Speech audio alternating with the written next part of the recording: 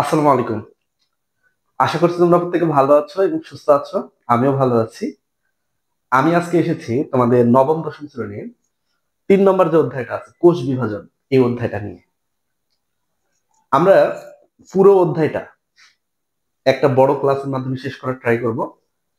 তো আমরা টপিক গুলো আমি লিখে রাখছি যে কি কি টপিক আমরা পড়বো। আমরা প্রথমে জানবো যে কোষ বিভাজন বলতে আমরা কি বুঝি। তারপর আমরা জানবো কোষ বিভাজন কত ধরনের এবং কি কি। তারপর আমরা জানবো যে অ্যামাইটোসিস, তো তোমাদের এখানে আলোচনা নাই। মাইটোসিস কোষ বিভাজন বলতে আমরা কি বুঝি, মিওসিস কোষ বিভাজন বলতে আমরা কি বুঝি, মাইটোসিসের কি কি ধাপ আছে। হ্যাঁ, তারপর আমরা জানবো প্রত্যেকটা ধাপের বর্ণনা। এরপর আমরা জানবো যে মাইটোসিসের কি কি গুরুত্ব আছে। তোমাদের সিলেবাসের বাইরে ছোট্ট একটা টপিক আছে, যেমন কোষের মৃত্যু। এটা কয় ভাবে হয়, কিভাবে হয়, এটা আমি চেষ্টা করবো তোমাদের একটু ধারণা দিতে। এর পাশাপাশি আমি মূলত আলোচনা করব যে অনিয়ন্ত্রিত মাইটোসিস বলতে আমরা কি বুঝি। অনিয়ন্ত্রিত মাইটোসিস আমাদের জন্য ভালো না খারাপ, এবং খারাপ হলে কি কি রোগ আমাদের সৃষ্টি করে, এটা আমরা জানবো। এরপর মূলত আমরা জানবো যে মিওসিসের টোটাল ডিভিশন পদ্ধতিটা। দেন সর্বশেষে আমরা জানবো যে মিওসিসের কি কি গুরুত্ব আছে। প্রথমে আমি তোমাদের সংজ্ঞা দিয়ে শুরু করি যে কোষ বিভাজন কি। আমরা যদি একটু সংজ্ঞা দেখার ট্রাই করি, বিভাজন আমরা কোষ বলতে কি বুঝাই, এটা আমরা প্রথম অধ্যায়ে আলোচনা করেছি যে কোষ কি। কোষ হলো জীবদেহের গঠন এবং কাজের সব থেকে ক্ষুদ্রতম একক। তাহলে জীবদের গঠন এবং কাজের সব থেকে ক্ষুদ্রতম এককের নাম আমরা পড়েছিলাম কোষ। তাহলে এই কোষের সাথে যুক্ত হয়েছে কি, বিভাজন। তাহলে দুটা ভিন্ন শব্দ। তাহলে কোষ একটা শব্দ, বিভাজন একটা শব্দ। তাহলে এই দুটো জিনিসকে আমরা এক জায়গায় করে কি বলেছি, কোষ বিভাজন। তোমাদের ছোট্ট করে আগে একটু বোঝানো দরকার যে বিভাজন বলতে আমরা কি বুঝি। বিভাজন বলতে আমরা মূলত বুঝি হলো বৃদ্ধিকে। তাহলে বিভাজন মানে কি, বৃদ্ধি। বৃদ্ধি দুই ভাবে হতে পারে। প্রথম বৃদ্ধি হতে পারে সংখ্যায়, একটা থেকে দুটা, দুটা থেকে চারটা, চারটা থেকে আটটা, আটটা থেকে 16টা। হ্যাঁ, এরকম করে সংখ্যায় বৃদ্ধি হতে পারে। কিংবা তোমাদের বৃদ্ধি হতে পারে আকারে।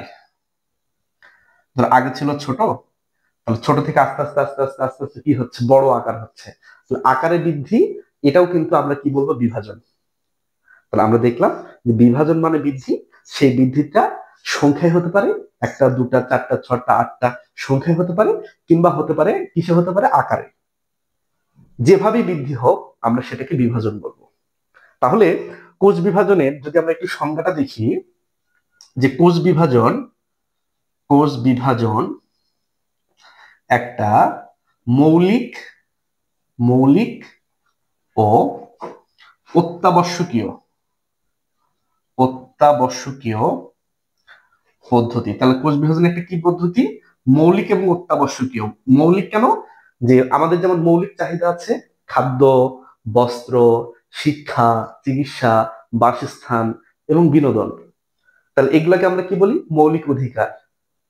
এগুলা ছাড়া আমরা জীবন ধারণ করতে পারবো না, বাঁচতে পারবো না, আমরা মারা যাব। ঠিক তেমনি কোষ বিভাজন ছাড়া আমাদের উৎপত্তি হবে না, একটা বাচ্চার সৃষ্টি হবে না। বাচ্চা সৃষ্টি হলে বাচ্চা বড় হবে না। তো এই কারণে আহ কোষ বিভাজনকেও আমরা বলতে পারি হলে একটা মৌলিক পদ্ধতি, মানে অবশ্যই যেটা দরকার। যেখানে যেখানে যেখানে একটা থেকে দুইটা কোষ, একটা থেকে দুটা কোষ। তাহলে আমরা কি বললাম, কোষ বিভাজন একটা মৌলিক এবং অত্যাবশ্যকীয় পদ্ধতি, যেখানে একটা থেকে দুটা কোষ, দুটা থেকে চারটা কোষ, চারটা কোষ, এবং চারটা থেকে চারটা থেকে আটটা কোষের সৃষ্টি হয়। তাহলে আমরা এখানে কি দেখছি, যে কোষ বিভাজন হলো একটা একটা পদ্ধতি, যেখানে একটা থেকে দুইটা কোষ, দুইটা থেকে চারটা কোষ, এবং চারটা থেকে কয়টা কোষ হলো, আটটা কোষ। যদি আমরা একটু ছোট্ট চিত্র আঁকাই, তাহলে কোষ ধরলাম একটা। তাহলে একটা থেকে আমরা কয়টা পেলাম, দুইটা। দুইটা থেকে আমরা কয়টা পেলাম, ধরলাম দুইটা থেকে পেলাম চারটা। চারটা থেকে আমরা কয়টা পেলাম, 4টা থেকে আমরা পেলাম হলো 8টা। তোমরা দেখো ভাই, এরা কিন্তু নিয়ন্ত্রিত ভাবে বিভাজিত হয়েছে, একটা নিয়ন্ত্রণ আছে, একটা সিকোয়েন্স আছে। 1টা থেকে 2টা, তাহলে 1টা বৃদ্ধি, 2টা থেকে 4টা, 2টা বৃদ্ধি, 4টা থেকে 8টা, 4টা বৃদ্ধি, এরপর 8টা বৃদ্ধি, এরপর 16টা বৃদ্ধি, এরপর 32টা বৃদ্ধি, এভাবে চলতে থাকবে। তাহলে এই জিনিসটাকে আমরা বলতে পারি নিয়ন্ত্রিত কোষ বিভাজনও বলতে পারি। তাহলে কোষ বিভাজন হলো নিয়ন্ত্রিত কেন? কারণ সিকোয়েন্স আছে, 1-এর পর 2, 2-এর পর 4, 4-এর পর 8, এরকম একটা সিকোয়েন্স আছে। তাহলে নিয়ন্ত্রণ, তাহলে এই নিয়ন্ত্রণ হওয়ার কারণে এটা হলো নিয়ন্ত্রিত কোষ বিভাজন। তাহলে আমরা প্রথমে কি দেখলাম, যে বিভাজন মানে হলো বৃদ্ধি। কিসের বৃদ্ধি? কোষের বৃদ্ধি। কয়ভাবে হতে পারে? দুভাবে। আকারে বৃদ্ধি পেতে পারে কিংবা সংখ্যায় বৃদ্ধি পেতে পারে। তাহলে যেভাবে বৃদ্ধি পাক ওই জিনিসটাকে আমরা বলবো হলো বিভাজন। এই যে কোষ বিভাজন তোমরা দেখতেছো, এই কোষ বিভাজন পদ্ধতি, এই কোষ বিভাজন পদ্ধতি প্রথম প্রত্যক্ষ করেন ওয়াল্টার ওয়াল্টার ফ্লেমিং। তোমরা এটা একটু মনে রাখবা, 1882 সালে। তাহলে আমরা কি দেখলাম? আমরা দেখলাম যে কোষ বিভাজন পদ্ধতি সর্বপ্রথম যিনি প্রত্যক্ষ করেন, খেয়াল করেন, দেখেন, পর্যবেক্ষণ করেন, ওনার নাম হলো ওয়াল্টার ফ্লেমিং। কত সালে করেন? 1882 সালে। এই কোশ্চেনটা তোমাদের পরীক্ষা আসতে পারে। তাহলে আমরা প্রথমে দেখছি কোষ বিভাজনের সংজ্ঞাটা দেখছি, এবং আমরা চেষ্টা করছি যে বিভাজন বলতে আমরা দুটা জিনিসকে বুঝি। তোমরা অনেকে বলতে পারো, ভাই কোষ বিভাজন আমাদের কেন দরকার? এটা তোমাদের মনে কোশ্চেন আসতে পারে, এই অধ্যায়টা কেন দিল? যেমন নিউটনের সূত্রের তোমরা ডিরেক্ট প্রয়োগ পাচ্ছ। প্রথম সূত্রের এই উদাহরণ, দ্বিতীয় সূত্রের এই উদাহরণ, তৃতীয় সূত্র না হলে রকেট চালা যেত না, কিংবা আমরা মোটরসাইকেল চালাতে পারতাম না, ঠিক আছে? অনেক কিছু। তো এইরকম কি এখানে কি কোনো সুবিধা কিছু আছে? কেন পড়বো আমরা? ছোট্ট করে একটু কথা বলি, যে শোনো, বিভাজন আমরা কেন পড়বো। এখানে এখানে তোমাদের একটা কথা বলি, যেমন ধরো এককোষী জীব। এককোষী কারা? যাদের কোষ কটা থাকবে? একটা। যেমন ব্যাকটেরিয়া। তাহলে ব্যাকটেরিয়া কি? এককোষী জীব, তাই তো? আর কি হতে পারে? অ্যামিবা। অ্যামিবা। আর কি হতে পারে? প্লাজমোডিয়াম। প্লাজমোডিয়াম। এরা কি? এরা হলো এককোষী। তার মানে এদের দেহ কিন্তু একটাই কোষ দ্বারা গঠিত, ঠিক আছে? একটাই কোষ। যখন বাচ্চা থাকে তখন কোষটা ছোট থাকে আকারে, যখন বড় হয় কোষটা আকারে বড় হয়। এই তো এখানেও কিন্তু কি হয়েছে? এখানেও কিন্তু কোষ বিভাজিত হয়েছে। তাহলে কি? তাহলে প্রথমে ছিল কি? ছোট অবস্থা, এটা বাচ্চা অবস্থায় ধরলাম এটা কোষ। যখন একটা প্রাপ্তবয়স্ক হয় তখন কোষটা আকারে কি হয়? যে বড় হয়। তাহলে এখানে কোষ বিভাজন। আমরা বলেছিলাম যে কোষ বিভাজন মানে কি বলেছিলাম আমরা? যে দুই ভাবে হতে পারে, এক আকারে, দুই কি সংখ্যায়। তাহলে দেখো এখানে আকারে বৃদ্ধি হয়েছে, মানে আগে ছিল ছোট, এখন হয়ে গেছে বড়। বহুকোষী কারা? বহুকোষী হলো যেমন মানুষ। মানুষ মানুষকে আমরা বহুকোষী কেন বলছি? কারণ মানুষের দেহে একাধিক কোষ আছে, অনেক কোষ। তোমাদের বইয়ে দেওয়া আছে মানুষের দেহে কোষ থাকে 30 ট্রিলিয়ন। 30 ট্রিলিয়ন। কিন্তু তোমরা যখন বড় ক্লাসে পড়বা, ইন্টারমিডিয়েটে পড়বা, তখন এই জিনিসটাকেই দেওয়া আছে এরকম করে 100 ট্রিলিয়ন। 100 ট্রিলিয়ন। তাহলে তোমরা এখন বলতে পারো, ভাই সত্য কোনটা? তোমাদের বইয়ে যেহেতু ডিরেক্ট 30 ট্রিলিয়ন বর্তমানে দেওয়া আছে, তাহলে তোমাদের ক্ষেত্রে উত্তরটা হবে 30 ট্রিলিয়ন। ঠিক আছে? এটা আসলে তোমরা 30 ট্রিলিয়নই লাগাবা। তাহলে এই 30 ট্রিলিয়ন কোষ একজন মানুষের দেহে থাকে। তাহলে ভাবো কতগুলা কোষ। মিলিয়ন নাই, বিলিয়ন নাই, তার উপর কি ট্রিলিয়ন, কত বেশি, মানে আমাদের ধারণার বাহিরে। তাহলে দেখো এই কোষ বিভাজনটা কেন দরকার। ধরো ধরো আমি একটা গল্প তোমাদের বলি। যেমন আমার নাম কাজল, আমি একটা গল্প বলি মাঝে মধ্যে ক্লাসে। আমার একটা ক্রাশ আছে, হ্যাঁ, বলিউড ক্রাশ, ওর নাম হলো আলিয়া। ধরো আমাদের বিয়ে হলো, যদিও আলিয়ার বিয়ে হয়েছে, চান্স নাই। ধরলাম যে রণবীরের সাথে কোনো কারণে তালাক হয়ে গেছে, এবং আমার কোনো কারণে সুযোগ হয়ে গেছে, এরকম একটা কন্ডিশন ধরলাম আমরা। তো আমাদের যদি বিয়ে হয়, তাহলে আমাদের যদি বাচ্চা হয়, তাহলে দেখো কাজল এবং আলিয়া, বাচ্চার নাম কিন্তু হবে কালিয়া। বাচ্চা কি? বাচ্চা হলো কালিয়া। তাহলে কালিয়া কি আমাদের বাচ্চা? এখন এখান থেকে যে জিনিসটা দরকার, এই যে দেখো তো, আমার কি ছিল? আমার দেহ ছিল টুয়েন, ডিপ্লয়েড। তোমাদের ভাবির কি ছিল? টুয়েন, মানে কি? ডিপ্লয়েড। তাহলে আমি মিওসিস পদ্ধতিতে কি দিলাম? এন, মানে শুক্রাণু। তোমাদের ভাবি কি দিল? এন, এন মানে কি? ডিম্বাণু। তাহলে দুটা মিলে কি হলো বলো তো? দুটা মিলে হলো টুয়েন। টুয়েন মানে কি? টুয়েন মানে হলো জাইগোট। জাইগোট। তাহলে এই জাইগোটে কিন্তু কোষ থাকে মাত্র একটা, একটা কোষ থাকে। তাহলে এই জাইগোটটাই একসময় বৃদ্ধি হতে হতে হতে হতে বড় হবে এবং কালিয়া সৃষ্টি হবে। তাহলে দেখো তো বাবা, এই জাইগোটটা যদি একটাই কোষ থাকতো, তাহলে তো আর কালিয়া তৈরি হতে পারতো না। তাহলে এখানে কি হবে? বিভাজন হবে। এক কোষী জাইগোট বিভাজিত হয়ে এরকম করে বহুকোষী ভ্রূণ তৈরি করবে। ভ্রূণ, যে জিনিসটাকে আমরা বলি হলো ক্লিভেজ। ভ্রূণ তৈরি করবে। এই ভ্রূণ থেকে ভ্রূণ স্তর, ভ্রূণ স্তর থেকে একটা পরিপূর্ণ মানুষ। তাহলে এখানে কি? কোষের সংখ্যা বাড়তে বাড়তে বাড়তে বাড়তে অনেক বেশি হয়ে যায়।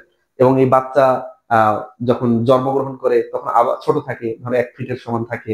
যখন আবার প্রাপ্তবয়স্ক হবে, 22, 23, 25 বছর হয়ে যাবে, দেখবো বাচ্চা 5 ফুট 5 কিংবা 5 ফুট 6 বা 5 ফুট 8 এরকম উচ্চতার হয়ে গেছে। তখন তুমি তার দেহে মোটামুটি 100 ট্রিলিয়নের মতো কোষ পাবা। তাহলে বাবা, যদি কোষ বিভাজন না হতো, তাহলে এই জাইগোটটা অল টাইম একটা কোষ নিয়ে থাকতো, এটা আর বাচ্চা হতো না। এই কোষ বিভাজন হওয়ার কারণে জাইগোট থেকে ভ্রূণ হয়, ভ্রূণ থেকে ভ্রূণস্তর, ভ্রূণস্তর থেকে একটা প্রাপ্তবয়স্ক মানুষ তৈরি হয়ে গেছে। তাহলে তোমরা, আশা করছি যে তোমরা বুঝছো যে কোষ বিভাজন এটা গুরুত্ব কতটুকু। তাহলে আমরা দেখলাম যে কোষ বিভাজন জিনিসটা কি, আমরা এটা দেখেছি। আর সেকেন্ড আমরা দেখেছি যে এককোষী জীব কারা, বহুকোষী জীব কারা। আর কি দেখলাম আমরা? যে বৃদ্ধি বলতে আমরা দুই ভাবে হতে পারে, এটা দেখলাম। কোষ বিভাজন প্রথম প্রত্যক্ষীকরণ, এটা দেখলাম। তাহলে আমাদের প্রথম যে জিনিসটা, যে কোষ বিভাজন নিয়ে যে ছোটখাটো কথা ছিল, আমরা এগুলো আলোচনা করেছি। তো এখন আমরা 2 নম্বর যে অংশ, যেমন কোষ বিভাজনের প্রকারভেদ, এই জিনিসটা একটু দেখার ট্রাই করি।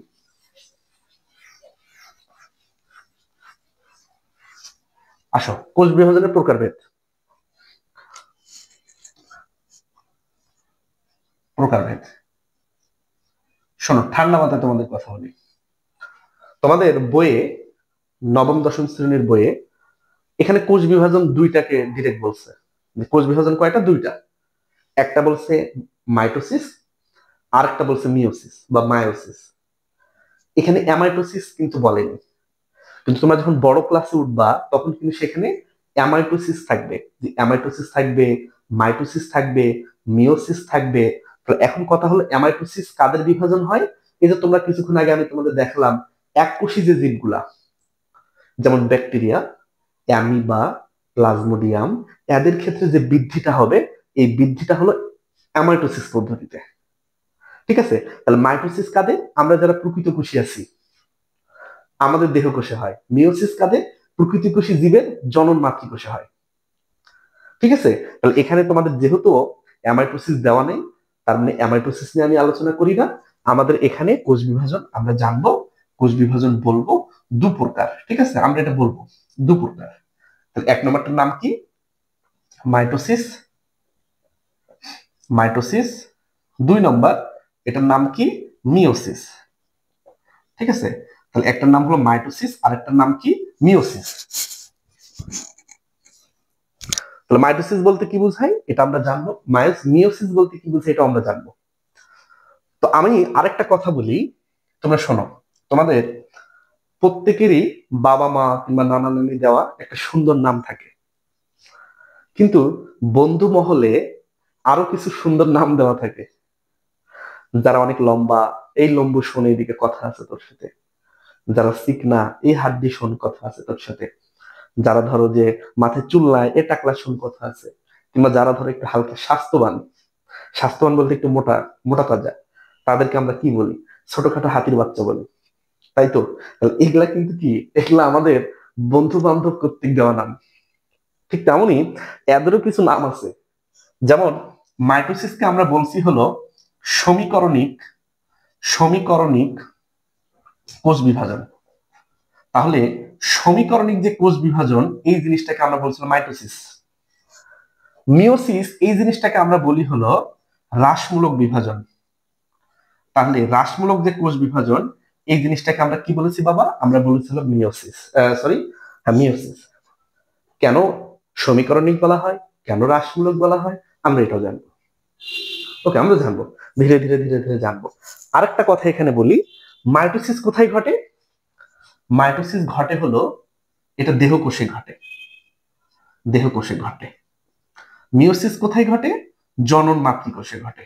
এটা একটু মাথায় রাখবা, জনন মাতৃকোষে ঘটে। তাহলে মিওসিস ঘটবে হলো জনন মাতৃকোষে, আর মাইটোসিস কোথায় ঘটবে? দেহকোষে।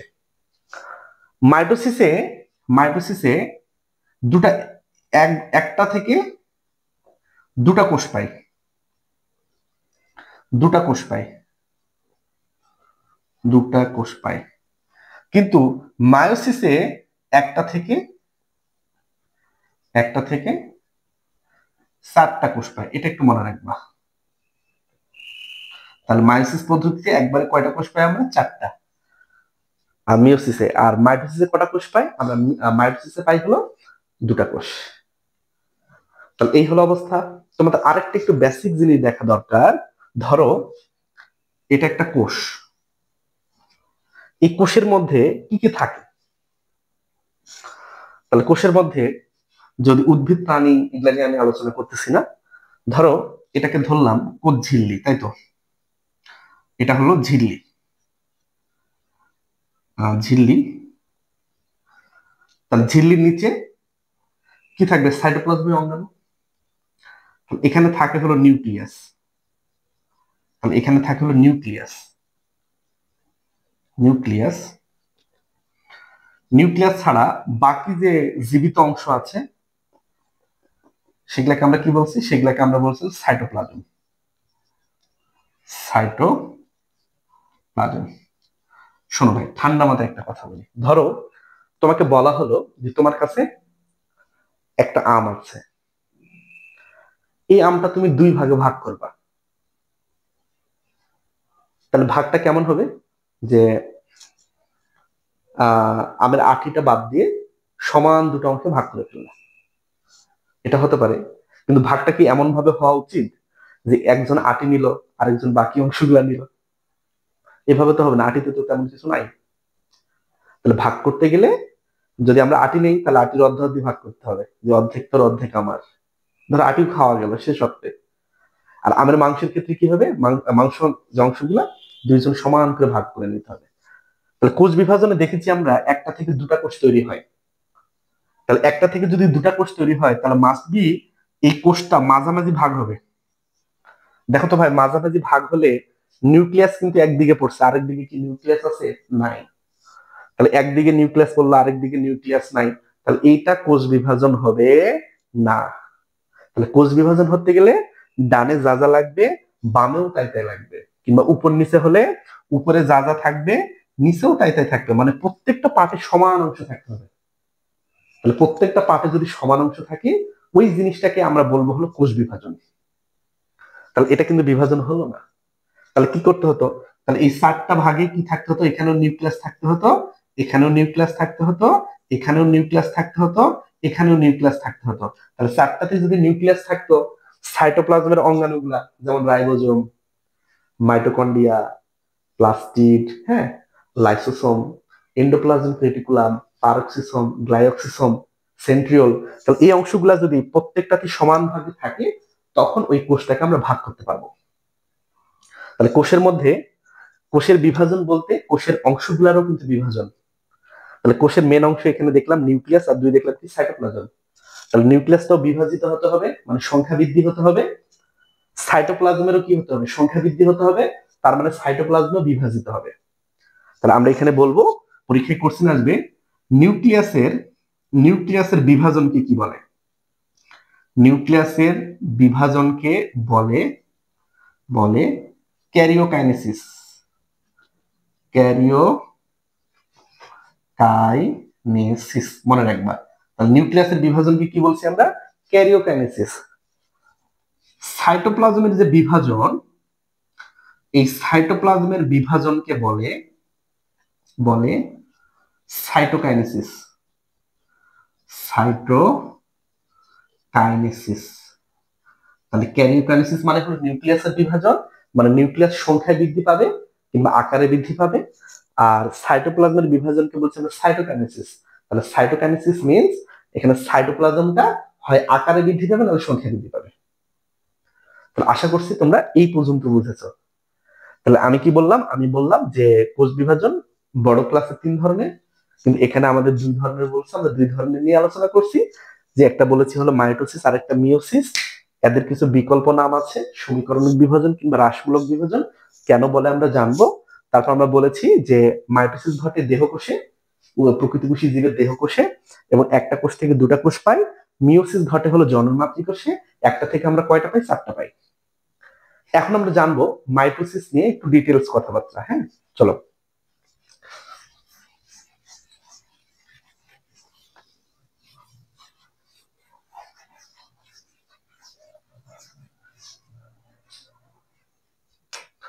দেখো মাইটোসিস, তাহলে মাইটোসিসের প্রথমে আমরা একটু সংজ্ঞা জানি। যে বিভাজনে নিউক্লিয়াস নিউক্লিয়াস ও ক্রোমোসোম বা ক্রোমোজোম উভয়ে একবার বিভক্ত হয় তাকে মাইটোসিস কোষ বিভাজন বলে।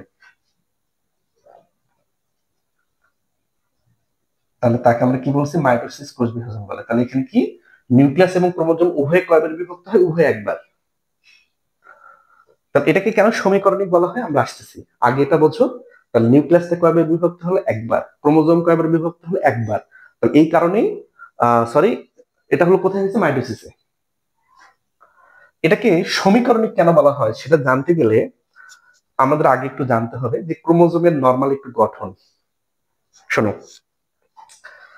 একটা ক্রোমোজোম ধরো এটা একটা মা, এটাকে বলা হয় ক্রোমোজোমের সেন্টোমিয়ার। এটা হলো সেন্টোমিয়ার। এরকম এখানে থাকে হলো 2টা বাহু, ঠিক আছে, বাহু। তাহলে এটা একটা ক্রোমোজোম। এই জিনিসটা কি হয়, এখান থেকে যখন আরো বেশি পানি হ্রাস পায় বিভাজনরত অবস্থায়, তখন একটা বাহু সেন্টোমিয়ার একটাই, তখন একটা বাহু থেকে এরকম 4টা বাহু তৈরি হয়, এরকম তৈরি হয়। এরকম 4টা বাহু যখন তৈরি হয় তখন এটাকে আর ক্রোমোসোম না বলে আমরা তখন বলি হলো ক্রোমাটিড। কি বলছি আমরা, ক্রোমাটিড। তাহলে এখানে এই বাম জিনিসটাকে বলা হয় একটা ক্রোমাটিড, ডানের জিনিসটাকে বলা হয় একটা ক্রোমাটিড। তাহলে এখানে ক্রোমাটিড কয়টা, 2টা। তাহলে এটাকে কি বলছি আমরা, ক্রোমোসোম। তার নর্মাল ক্রোমোসোম কি, এরকম হলো নর্মাল ক্রোমোসোম। এই জিনিসটার নাম কি, এটার নাম হলো ক্রোমাটিড। কোনটা, এটা হলো 1 নম্বর ক্রোমাটিড, এটা হলো 2 নম্বর ক্রোমাটিড। তাহলে এখন যখন কোষ বিভাজনে তোমরা জানবা অ্যানাফেজ নামে একটা ধাপ আছে, আমরা একটু পরে পড়বো। অ্যানাফেজ ধাপে কি হয়, এই জিনিসটা একদিকে যায়, 1 মেরুর দিকে যায়, এরকম 1 মেরুর দিকে যায়। এই বামের জিনিসটা এটা যায় আরেকটা মেরুর দিকে, এরকম হয় অবস্থান। তাহলে এটা গেলে 1 মেরুর দিকে যায়, এটা একটা কোষ তৈরি করবে, এটা একটা কোষ তৈরি করবে। দেখো তো, উভয় মেরুতে মানে বাম এবং ডান উভয় মেরুতে এই যে ক্রোমোজোম দেখতে মায়ের ক্রোমোজোমের মতো না, এবং এখানে একটা সংখ্যা, এখানেও কটা সংখ্যা, একটা সংখ্যা, আবার এখানেও কটা সংখ্যা, একটা সংখ্যাই। তাহলে উভয় মেরুতে ক্রোমোজোমের সংখ্যা সমান, এবং যারা দেখতে হুবহু মাতৃ ক্রোমোজোমের মতো। তো একটা থেকে কটা ক্রোমোজোম পেলাম আমরা, 2টা, এবং প্রত্যেকটা ক্রোমোজোম দেখতে মাতৃ ক্রোমোজোমের মতো, আকার আকৃতিতে, গুণাবলীতেও একই। এটা হওয়ার কারণে এই মাইটোসিস কোষ বিভাজনকে আমরা বলছি হলো সমীকরণিক কোষ বিভাজন। ক্লিয়ার? তাহলে মাইটোসিসকে আমরা কি বলেছি, সমীকরণিক। আমরা যদি একটু বলি, যদি একটু লিখি, এ ধাপে প্রতিটি ক্রোমোজোম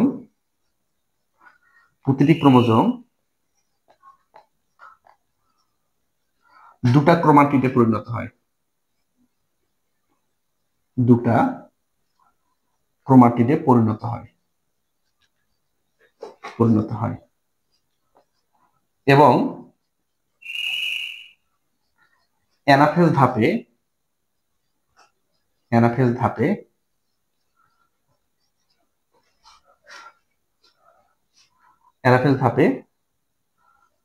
সেন্ট্রোমিয়ার বিভক্ত হয়, মানে একটা থেকে দুটা, এখানে একটা সেন্টিমিটার ছিল, এখানে দুটা সেন্টিমিটার তৈরি হলো। সেন্ট্রোমিয়ার বিভক্ত হয় এবং অপত্য ক্রোমোসোমের সৃষ্টি হয়। অপত্য ক্রোমোসোম মানে নতুন ক্রোমোসোম, এটা একটা ক্রোমোসোম, এটা একটা ক্রোমোসোম, দুটা নতুন ক্রোমোসোম সৃষ্টি হয়।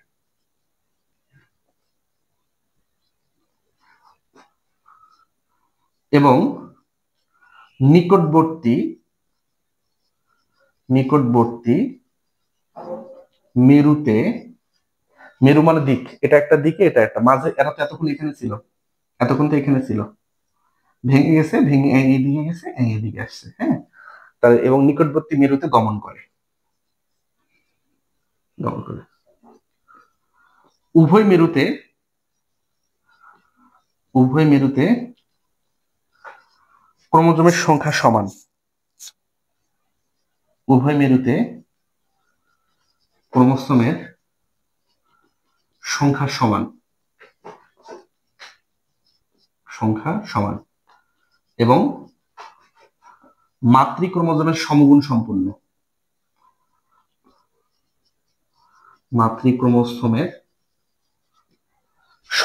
সম্পূর্ণ।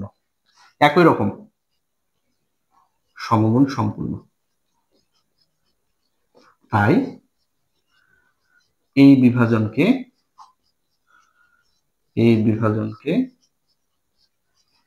সমীকরণিক বিভাজন বলে।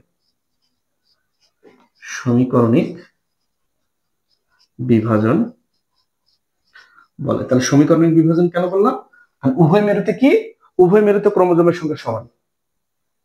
তাহলে যেহেতু উভয় মেরুতে ক্রোমোজোমের সংখ্যা সমান এবং মাতৃকোষের সমগুণ সম্পূর্ণ, এই জন্য এই বিভাজনকে আমরা বলছিল সমীকরণিক বিভাজন। তাহলে এটা 2 মার্কের জন্য আসতে পারে। বলবে, বলো তো বাবা, মাইটোসিসকে কেন সমীকরণিক বিভাজন বলা হয়? তাহলে তোমরা প্রথমে মাইটোসিসের সংজ্ঞা দিবা, দেন তোমরা দিবা এটাকে কেন বলা হয়। এখন আমরা জানবো যে মাইটোসিস কোথায় ঘটে।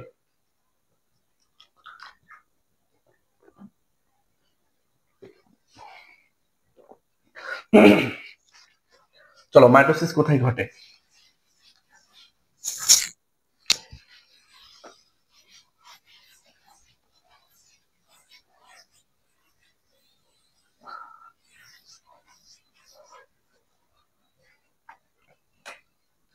তাহলে আমরা দেখব মাইটোসিস কোথায় ঘটে। হ্যাঁ, কোথায় ঘটে? তাহলে আমরা এতক্ষণ জানলাম মাইটোসিস ঘটে হলো দেহকোষে, তাই তো? শোনো ভাই, উদ্ভিদের কাণ্ড শাখা প্রশাখার মূলে ঘটে। কাণ্ডের অগ্রভাগ বা শাখা প্রশাখার অগ্রভাগে ঘটে। ধরো এটা একটা যদি উদ্ভিদ হয়, এটা একটা যদি গাছ হয়, ধরো এটা একটা গাছ, এখানে মাইটোসিস ঘটবে হলো অগ্রভাগে, মানে আগালে, আগালে। এটা যদি একটা ডাল হয়, এটারও হবে এরকম অগ্রভাগে, আগালে। তাহলে এটা শাখা থেকে যদি এরকম পোশাকা বের হয়, এটারও বৃদ্ধি হবে এরকম আগালে। তাহলে সবকিছু কোথায় ঘটবে? এটা অগ্রভাগে। গ্রামের দিকে আমরা কি দেখি? গ্রামে যে আমাদের মায়েরা, আমার বাসা কিন্তু গ্রামে, হ্যাঁ, তো আমার মা কি করে, যে পুঁইশাকের গাছ লাগায় কিংবা সিমের গাছ লাগায়, বাড়িতে লাগায়। তো দেখা গেল 2-3 মাস পর পাশের বাসার ধরো আন্টির চালের উপর চলে গেছে সিমের গাছ। লাগালাম কি, এটার কিন্তু মূল শিকড় এটা কিন্তু আমার বাসায়, কিন্তু বৃদ্ধি হয়েছে কোনটা? অগ্রভাগ বৃদ্ধি হতে হতে হতে হতে হতে হতে হতে পাশের বাসার আন্টির চালে চলে গেছে। তাহলে অল টাইম বৃদ্ধি হবে হলো অগ্রভাগ, মনে থাকবে। আর মূলের ক্ষেত্রে কি? মূল মানে শিকড়, এখানে শিকড়, আর শিকড়ের ক্ষেত্রে কি? এই অগ্রভাগে, এরকম অগ্রভাগে। তাহলে আমরা বলতে পারি মূলেরও অগ্রভাগে। মূলের অগ্রভাগে, অগ্রভাগে, ঠিক আছে।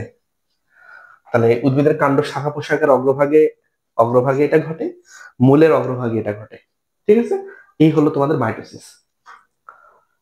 এখন মাইটোসিসের ধাপ আমরা পড়বো, মাইটোসিসের ধাপ আমরা পড়বো। এই ধাপ পড়ার আগে আমরা কিছু জিনিস আগে একটু জানতে হবে। শোনো ভাই, তোমাদের বলি, মাইটোসিস কিন্তু খুব একটা জটিল পদ্ধতি, এখানকার ধাপগুলা।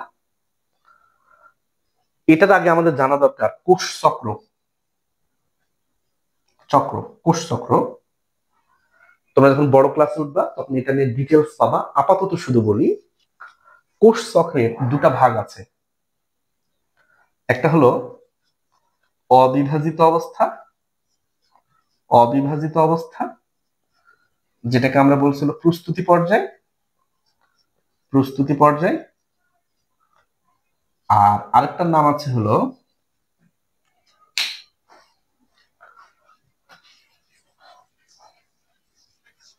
আরেকটার নাম আছে হলো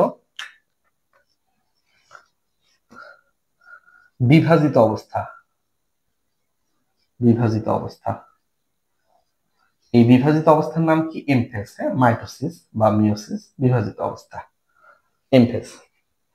তাহলে এই যে অবিভাজিত অবস্থা মানে কি? প্রস্তুতি পর্যায়ে। এখানে একটা কোষ প্রস্তুতি গ্রহণ করে বিভাজনের আগে। আর বিভাজিত অবস্থা কি? ডিরেক্ট কোষটা বিভাজিত হয়। যেমন যদি আমরা বলি মাইটোসিস, তাহলে এই মাইটোসিসের ধাপ আছে এরকম পাঁচটা। এক নম্বর প্রোফেজ, দুই নম্বর প্রোমেটাফেজ,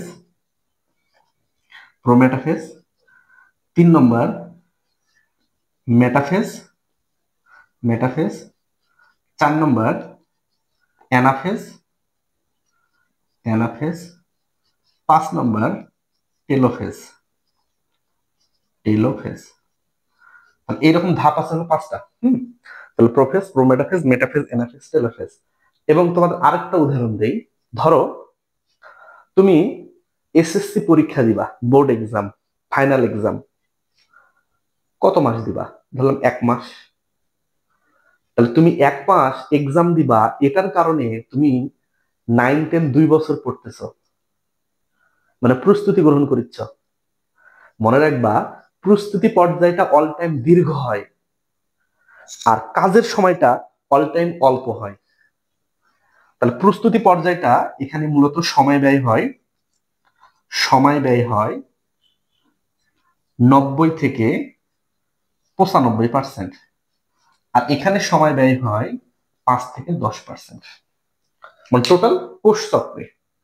তাহলে কোষ চক্রের মধ্যে একটা কোষ যখন বিভাজিত হয়, তাহলে এটা বিভাজিত হয় মাত্র 5 থেকে 10 ভাগ সময়, কিন্তু আরো 90 থেকে 95 ভাগ সময়, এই সময়টা সে রেস্ট নিয়ে আসে, সে প্রস্তুতি নিয়ে আসে। তাহলে প্রস্তুতি পর্যায়ে অল টাইম লং এবং কাজের পর্যায়টা অল টাইম শর্ট। আশা করছি তোমরা বুঝছো। তো এখন আমরা জানবো যে প্রোফেজ কি, প্রোমেটাফেজ কি, মেটাফেজ কি, এনাফেজ কি, টেলোফেজ কি। চলো আমরা এখন এই ধাপগুলো এখন একটু দেখি।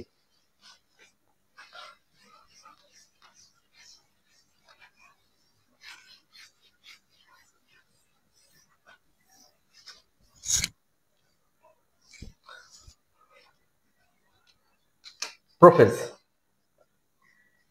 শোনো, এগুলা কিন্তু সৃজনশীল আসবে। হ্যাঁ, এগুলা সৃজনশীল আসবে, এগুলা কিন্তু লাগবে। তাহলে তোমরা একটু এগুলা মনে রাখবা। প্রোফেজ কি, প্রোমেটাফেজ কি, মেটাফেজ কি, এনাফেজ কি, টেলোফেজ কি। 9-এ পড়তে হবে, 10-এ পড়তে হবে, ইন্টার ফার্স্ট ইয়ারে পড়তে হবে, সেকেন্ড ইয়ারে পড়তে হবে। যদি মেডিকেল কিংবা ভার্সিটি এক্সাম দাও তখন এগুলা পড়তে হবে। এগুলা এক এক বইয়ে এক এক ভাবে দেওয়া আছে ইন্টারে। হ্যাঁ, কিছু পার্থক্য আছে। নবম দশম শ্রেণীতে অনেক কম দেওয়া আছে, কিন্তু আমি ওই কমগুলাই আলোচনা করি, বেশি না বলি। বেশি বললে মাথায় চাপ পড়বে, পারবা না। তো আপাতত যতটুকু তোমাদের বইয়ে আছে, যেভাবে আছে আমি সেভাবে আলোচনা করার ট্রাই করতেছি। প্রোফেজ, শোনো, প্রোফেজের সূচনা লগ্নে যেটা, যেটা কেবল শুরু, এটা হয় এরকম।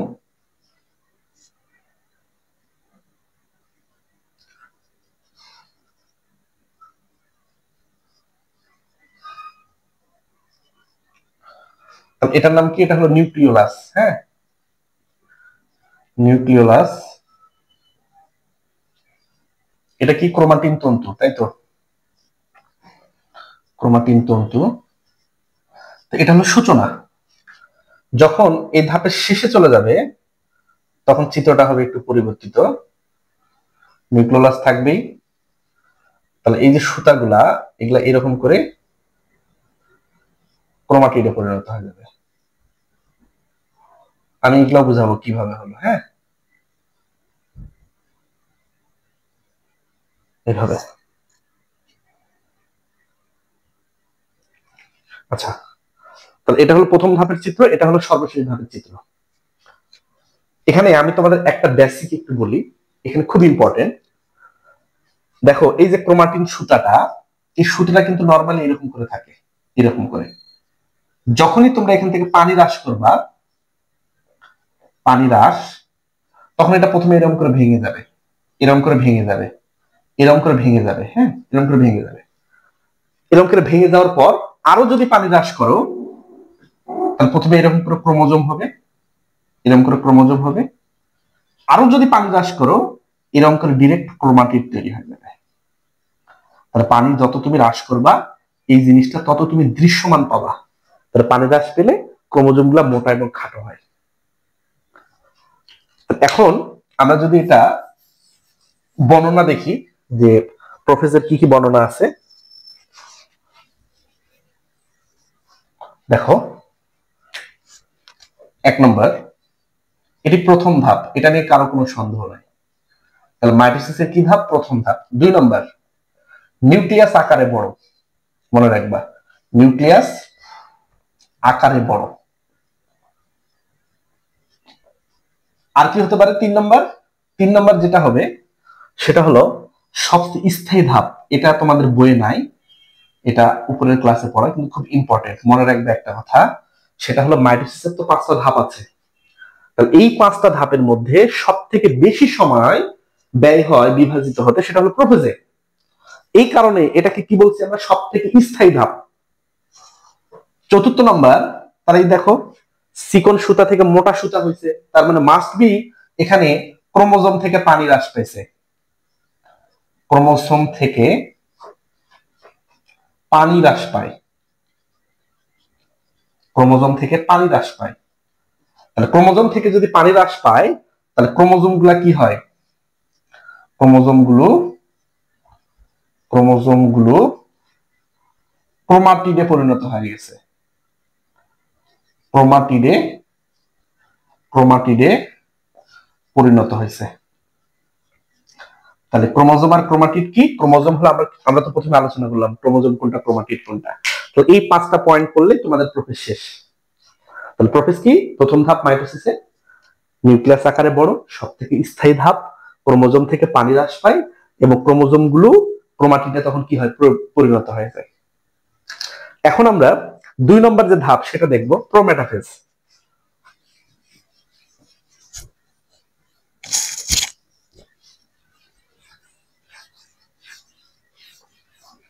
Prometaphase, prometaphase. তাহলে প্রথমে আমরা চিত্র দেখি।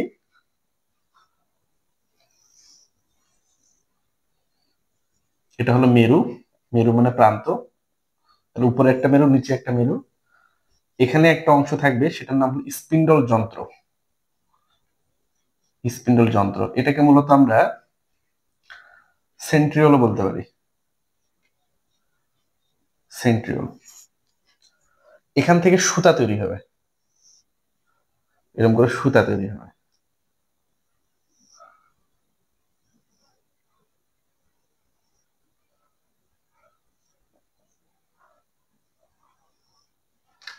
এগুলোকে আমরা বলতে পারি স্পিন্ডল সুতা বা স্পিন্ডল তন্তু। স্পিন্ডল তন্তু। আর এই যে মাঝের যে অঞ্চল, এই যে এটাকে আমরা বলছি হলো বিষুবীয় অঞ্চল। বিষুবীয় অঞ্চল। হুম। আর এখানে কিছু ক্রোমোজোম যুক্ত থাকবে।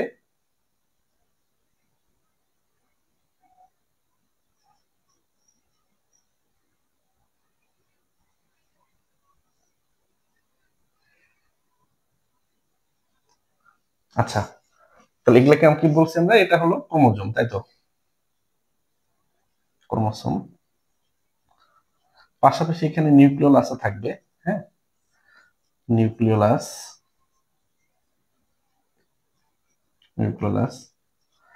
আরেকটা জিনিস আমি তোমাদের বলি, এই সুতাটার নাম হবে ক্রোমোসোমাল সুতা বা ক্রোমোজোমাল তন্তু। হ্যাঁ, চলো আমরা এখন একটু বর্ণনা দেখি। তাহলে আমরা প্রথমে বলতে পারি যে স্পিন্ডল যন্ত্রের সৃষ্টি হয়,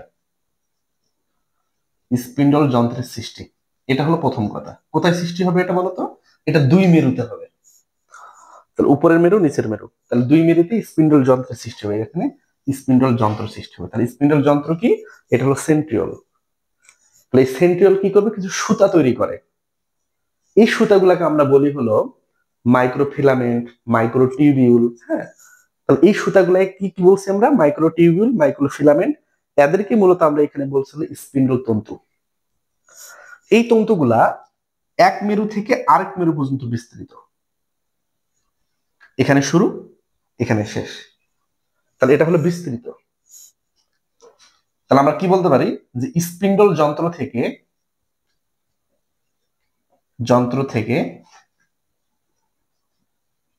স্পিন্ডল তন্তু সৃষ্টি হয়, তন্তু সৃষ্টি হয়, এটা আমরা বলতে পারি। তাহলে স্পিন্ডল যন্ত্র থেকে স্পিন্ডল কি তৈরি হয়, তন্তু সৃষ্টি হয়, এটা আমরা বললাম। এই তন্তু। আরেকটা জিনিস তোমাদের আমি একটু বলি, দেখো ভাই, এখান থেকে কতগুলো সুতা তৈরি হয়েছে, 1 2 3 4 5 6 7 8, টোটাল 8টা স্পিন্ডল সুতা বা স্পিন্ডল তন্তু। এটা নিয়ে আমাদের কারো কোনো কোশ্চেন নাই। এখানে ক্রোমোজোম কটা আছে, 1 2 3 4, 4টা ক্রোমোজোম আছে। 4টা ক্রোমোজোম 4টা সুতার সাথে যুক্ত হয়েছে। মনে রাখবা, সবগুলা তন্তু বা সুতাই স্পিন্ডল সুতা বা স্পিন্ডল তন্তু, কিন্তু যেগুলার সাথে ক্রোমোজোম যুক্ত আছে ওই সুতাটার একটু স্পেশাল নাম হয়ে যায় হলো ক্রোমোজোমাল সুতা। তাহলে যে সুতার সাথে ক্রোমোজোমাল যুক্ত থাকে বা যে তন্তুর সাথে ক্রোমোজোম যুক্ত থাকে সেই তন্তুকে বা সেই সুতাকে আমরা বলছিল ক্রোমোজোমাল, ক্রোমোজোমাল তন্তু, ক্রোমোজোমাল তন্তু। তাহলে ক্রোমোজোমাল তন্তু কোনটা, যে তন্তুর সাথে ক্রোমোজোম যুক্ত থাকে। তাহলে আমরা বলতে পারি যে ক্রোমোজোমের সাথে যুক্ত তন্তুকে, যুক্ত তন্তুকে তন্তুকে ক্রোমোজোমাল তন্তু বলে, ক্রোমোজোমাল তন্তু বলে, এটা আমরা বলতে পারি। আরেকটা কথা আমরা এখানে বলবো, সেটা হলো এই যে দুই মেরুর মাঝের অঞ্চল, হ্যাঁ, এই যে মাঝের যে অঞ্চল, এটাকে বলা হয় বিষুবীয় অঞ্চল।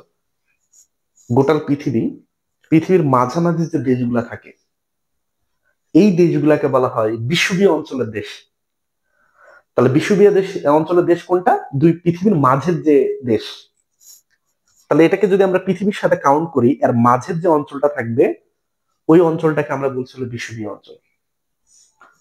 তাহলে আমরা এখানে আরেকটা কথা বলবো, সেটা হলো যে এ ধাপে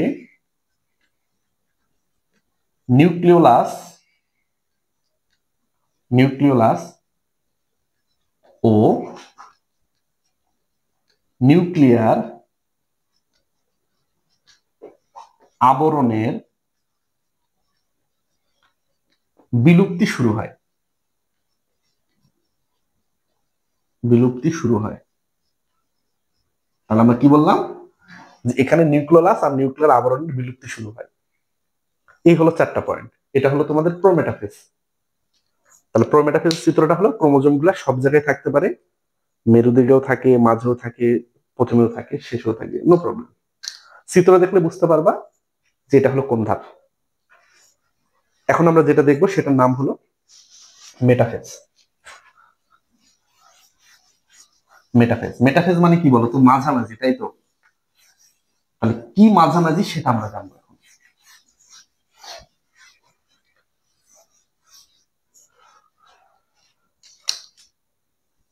মেটাফেজ চিত্রটা দেখো, তাহলে তুমি অনেকটা ক্লিয়ার হয়ে যাবা। তাহলে এটা এটা হলো চিত্র। এটা কি ছিল? মেরু, তাই তো। এখানে কি ছিল? স্পিন্ডল যন্ত্র, স্পিন্ডল যন্ত্র, তাই তো। তাহলে এখান থেকে কি সৃষ্টি হয়েছে? স্পিন্ডল তন্তু। আর এই তন্তুগুলো এক মেরু থেকে আরেক মেরু পর্যন্ত বিস্তৃত, আরেক মেরু পর্যন্ত বিস্তৃত। এবং এই তন্তুর সাথে কি যুক্ত হয়? এই তন্তুর সাথে যুক্ত হয় হলো ক্রোমোজোম। এবং মাঝের যে অঞ্চল, সে মাঝের অঞ্চলটাকে আমরা কি বলেছি? আমরা বলেছি হলো বিষুবীয় অঞ্চল। তাহলে এই অঞ্চলটাকে আমরা কি বলেছি? আমরা বলেছি হলো বিষুবীয় অঞ্চল। এটার নাম কি? এটার নাম হলো ক্রোমোজোম। শোনো ভাই, মেটাফেজ বলতে আমরা বুঝলাম মাঝামাঝি। কিসের মাঝামাঝি দেখো তো? বিষুবীয় অঞ্চলে সবগুলা ক্রোমোজোম থাকে। সবগুলা ক্রোমোজোম যদি এই মাঝামাঝি থাকে, তাহলে এই ধাপটার নাম হয়ে যায় হলো মেটাফেজ। মাঝামাঝি দশা। ফেজ মানে কি? দশা। মেটা মানে কি? মাঝামাঝি। এখানে তাহলে মেটাফেজ মানে হলো মাঝামাঝি। কি থাকে? ক্রোমোজোম থাকে। তাহলে এই চিত্র দেখলেই তোমরা বুঝে যাবা যে এই ধাপটার নাম হলো মেটাফেজ। তাহলে এটা কি বলছি আমরা? স্পিন্ডল তন্তু। স্পিন্ডল তন্তু। আর এটার নাম কি? ক্রোমোজোমাল তন্তু, তাই তো। ক্রোমোসোমাল তন্তু। কারণ কি? ক্রোমোজোম যুক্ত। তাহলে এই তন্তুর সাথে ক্রোমোজোম যুক্ত আছে, তাই। তাহলে আমরা এখানে বর্ণনা বলতে পারি, এ ধাপে ক্রোমোজোম, আরেকটা কথা, হ্যাঁ, ক্রোমোজোম সর্বোচ্চ মোটাখাটো হয়। এটা একটু মাথায় রাখবা, এটা অনেকবার পরীক্ষা এমসিকিউ আসে। সর্বোচ্চ মোটাখাটো হয়। তাহলে সর্বোচ্চ ক্রোমোজোম মোটাখাটো হয় কোন দশায়? মেটাফেজে। মোটাখাটো হওয়া শুরু হয় কোন দশায়? প্রোফেজে। এ ধাপে সবগুলো ক্রোমোজোম ক্রোমোজোম বিষুবীয় অঞ্চলে থাকে। বিষুবীয় অঞ্চলে থাকে। তাহলে সবগুলো ক্রোমোজোম থাকে হলো কোথায়? বিষুবীয় অঞ্চল। বিষুবীয় অঞ্চল মানে কি? দুই মেরুর মাঝে। 3 নম্বর আর কি বলতে পারি আমরা? আরেকটা জিনিস বলতে পারি, এ ধাপে নিউক্লিওলাস, তোমরা দেখো এখানে কিন্তু কোথাও নিউক্লিওলাসের চিত্র নাই। নিউক্লিওলাস নাই। নিউক্লিওলাস নিউক্লিওলাস ও নিউক্লিয়ার নিউক্লিয়ার আবরণের বিলুপ্তি ঘটে।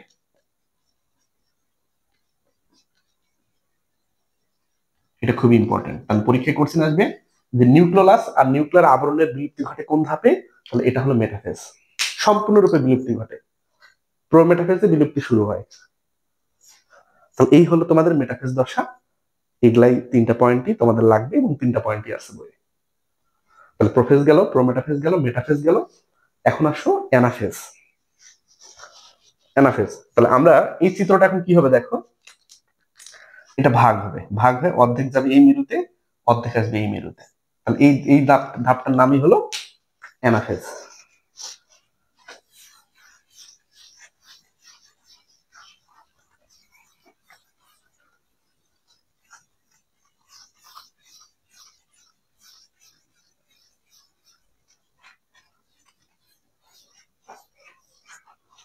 দেখো, এনাফেজ। এনাফেজ মানে কি জানো? গতি পর্যায়। গতি পর্যায় কেন? কারণ এ ধাপে একটা গতি থাকে, তাই এটাকে আমরা বলছিল গতি পর্যায়। তাহলে এনাফেজ মানে হলো গতি পর্যায়। চিত্রটা কি হবে ভাই? তাহলে কি এটা মেরু বলে জানি আমরা, স্পিন্ডল যন্ত্র তাও জানি আমরা, স্পিন্ডল যন্ত্র তাও জানি আমরা। এখান থেকে কি তৈরি হবে? তন্তু তৈরি হবে, তাই তো। তন্তু তৈরি হলো। তাহলে অর্ধেক এরকম এই ধাপসায় আসবে,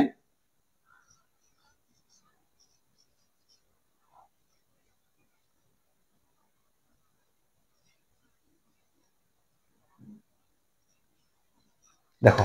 তাহলে অর্ধেক ক্রোমোজোম এই মেরু, অর্ধেক ক্রোমোজোম এই মেরু। মেটাফেজে কি ছিল? সবগুলো মাঝে ছিল। আর এখানে কি হয়েছে? অর্ধেক ক্রোমোজোম এই মেরুতে, অর্ধেক ক্রোমোজোম এই মেরুতে। ওটা ওখানে কি ছিল? মেটাফেজে কি ছিল? এরকম করে ক্রোমাটিড ছিল, ভেঙে গিয়ে অর্ধেক এই মেরু, অর্ধেক এই মেরু। তো এখানে কি ঘটে দেখো, এখানে সেন্ট্রোমিয়ার দুভাগে ভাগ হয়, দুই ভাগে ভাগ হয় এবং এবং অপত্য ক্রোমোজোম, অপত্য মানে নতুন, অপত্য ক্রোমোজোমের সৃষ্টি হয়, সৃষ্টি হয়। তাহলে কিভাবে হয় দেখো তো, আমরা জানি এটা ধাপ ছিল এরকম করে, তাহলে এটা যদি ভাঙে তাহলে মাঝের এই জিনিসটা দুটো হতে হবে, তাহলে এই দুটা বাহু গেল এখানে, এই দুটা বাহু আসলো এখানে, তাহলে এটা একটা ক্রোমোজোম সৃষ্টি হলো, এটা একটা ক্রোমোজোম সৃষ্টি হলো। তো একটা ক্রোমাটিড থেকে কটা ক্রোমোজোম পেলাম? দুটা। এই কথাটা এখানে বলছে। 2 নম্বর, ক্রোমোসোমের ক্রোমোসোমের মেরুমুখী চলন দেখা যায়, মেরুমুখী চলন দেখা যায়, মানে দুইটা ক্রোমোজোম দুই মেরুতে যায়, দেখো অর্ধেক এই মেরুতে অর্ধেক এই মেরুতে। 3 নম্বর সব থেকে ইম্পর্টেন্ট, ক্রোমোসোমের বিভিন্ন আকৃতি দেখা যায়, বিভিন্ন আকৃতি দেখা যায়, যেমন যেমন মেটাসেন্ট্রিক, দেখাচ্ছি আমি তোমাদের, সাবমেটাসেন্ট্রিক, সাবমেটাসেন্ট্রিক, অ্যাক্রোসেন্ট্রিক, অ্যাক্রোসেন্ট্রিক, আরেকটা আছে হলো টেলোসেন্ট্রিক। হ্যাঁ, এরকম বিভিন্ন আকৃতি দেখা যায়। এখন কোনটা কি আকৃতি আমি এগুলো একটু আলোচনা করি, শোনো। মেটা মানে মাঝে আমরা পড়েছি, তাহলে ক্রোমোজোম নরমালি কেমন? ক্রোমোজোম নরমালি এরকম, হ্যাঁ এরকম ক্রোমোজোম, দুটা বাহু আর সেন্টোমিয়ার, তাই তো, এরকম হলো ক্রোমোজোম। তাহলে মেটাসেন্ট্রিক মানে সেন্টোমিয়ারটা যদি থাকে মাঝে এবং দুটা বাহু যদি থাকে এরকম করে, তাহলে সেন্টোমিয়ার মাঝে দুটা বাহু সমান। তাহলে দেখো তো এই জিনিসটা এরকম ভি আকৃতির হয়েছে কিনা, ভি। তাহলে মেটাসেন্ট্রিক মানে ইংরেজি ভি আকৃতির মতো। সাবমেটাসেন্ট্রিক কি? এই যে সেন্টোমিয়ার, একটা বাহু খুবই বড় আরেকটা হলো মোটামুটি, মোটামুটি, হ্যাঁ মোটামুটি, এটা দেখতে অনেকটা এল এর মতো হয়। তাহলে ভি, আরেকটা কি এল, এল। আরেকটা কি আছে, একটা বাহু খুবই বড় আরেকটা বাহু জাস্ট এরকম, এটা দেখতে অনেকটা হয় জে আকৃতির। স্টেলোসেন্ট্রিক কি? একটা বাহু খুব বড় আরেকটা বাহু এত ছোট কাউন্ট করা যাচ্ছে না, তাহলে এটাকে বলছি আমরা আই আকৃতির। তাহলে পরীক্ষায় ডিরেক্ট কোশ্চেন আসবে মেটাসেন্ট্রিক মানে কি? দেখতে ভির মতো। সাবমেটাসেন্ট্রিক মানে কি? এল এর মতো, হ্যাঁ এল এর মতো। অ্যাক্রোসেন্ট্রিক মানে কি? একটা বাহু খুব বড় আরেকটা বাহু অনেক ছোট, যে আকৃতির। এই দুটা দেখতে অনেকটা একই রকম, খালি ছোট বড়, হ্যাঁ খালি ছোট বড়। এই অ্যাক্রোসেন্ট্রিক মানে কি? একটা বাহু খুব বড় একটা বাহু ছোট, যে। টেলোসেন্ট্রিক মানে একটা বাহুই নাই, এই হলো অবস্থা। তাহলে এটা গেল কি? এটা গেল হলো এনাফেজ বা গতি পর্যায়। তো এখন যে জিনিসটা আছে সেটার নাম হলো কি? টেলোফেজ। টেল মানে কি? লেজ, তাহলে সর্বশেষ দশা টেলোফেজ।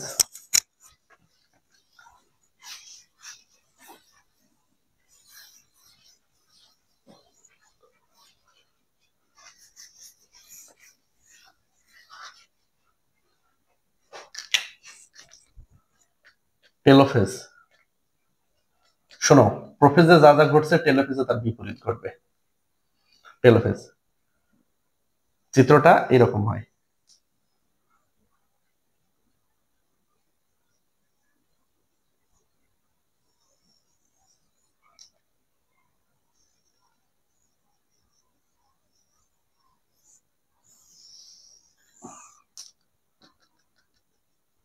এই হলো চিত্র, হ্যাঁ মানে প্রোফেজে যা যা দেখছো তোমরা এখানে তার বিপরীত দেখতে পাবা। তাহলে টেলোফেজ কি ধাপ? সর্বশেষ ধাপ, এটা প্রথম কথা, সর্বশেষ ধাপ। ওখানে কি ছিল? ক্রোমোজোম থেকে পানি হ্রাস পায় আর এখানে ক্রোমোজোমে পানি যোগ হবে, ক্রোমোজোমে পানি যুক্ত হয়। পানিযুক্ত হয়। প্রোফেজে কি ছিল, ক্রোমোজোম গুলা মোটা খাটো হয়, এখানে হবে ক্রোমোজোম সরু লম্বা, ক্রোমোসোম সরু ও লম্বা হবে, লম্বা হবে। প্রোফেজে কি ছিল, যে ক্রোমাটিড সৃষ্টি হয়, এখানে কিন্তু ক্রোমাটিড সৃষ্টি হবে না, এখানে কি হবে, ক্রোমাটিন তন্তু তৈরি হবে। আরেকটা জিনিস, এই যে দেখো দুটা কোষ তৈরি হতে গেলে এখানে একটা ব্যবধান লাগবে, হ্যাঁ, এটার নাম তাহলে কাটার মতো ব্যবধান, তাহলে এটা একটা কোষ, এটা একটা কোষ, এই জিনিসটার নাম হলো কোষ প্লেট সৃষ্টি হওয়া, কোষ প্লেট সৃষ্টি হয়, কোষ প্লেট সৃষ্টি হয় দুটো আলাদা হওয়ার জন্য। লাস্টের একটা পয়েন্ট তোমরা বলতে পারো, দেখো নিউক্লিওলাস আবার তৈরি হয়েছে, তাহলে আমরা বলতে পারি নিউক্লিওলাস, নিউক্লিওলাস ও নিউক্লিয়ার আবরণের, আবরণের সৃষ্টি হয়।